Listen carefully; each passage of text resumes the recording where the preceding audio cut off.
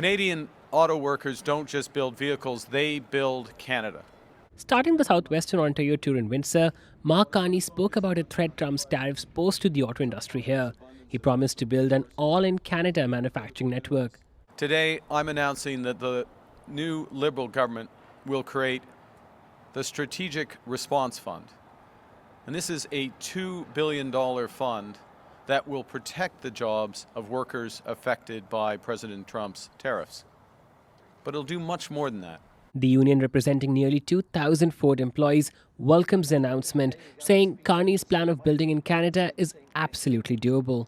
We need to build these vehicles or these planes or these ships. We can do it here, right here in Canada. So we can do it in our plants. So at the end of the day, I think he's going in the right direction when you talk about investment in our own country. Carney also took the time to visit a local parts manufacturing plant. This, as a part of his message, was about working with the industry to build more car parts in Canada and limit those parts crossing the border.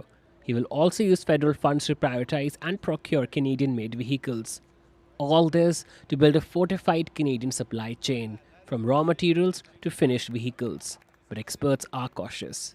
We are not structured currently to have a country-specific automotive supply chain, and that has been intentional. Companies are more competitive when they have access to a larger market. That allows for economies of scale and ultimately allows for North American manufacturers to compete with other parts of the world. So that is the foundation of the industry. And the problem with the Canadian market is that it's just not that large.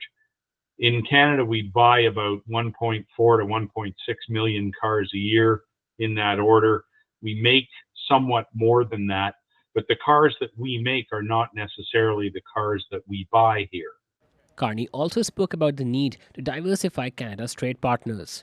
Pratyush Dayal, CBC News, Windsor.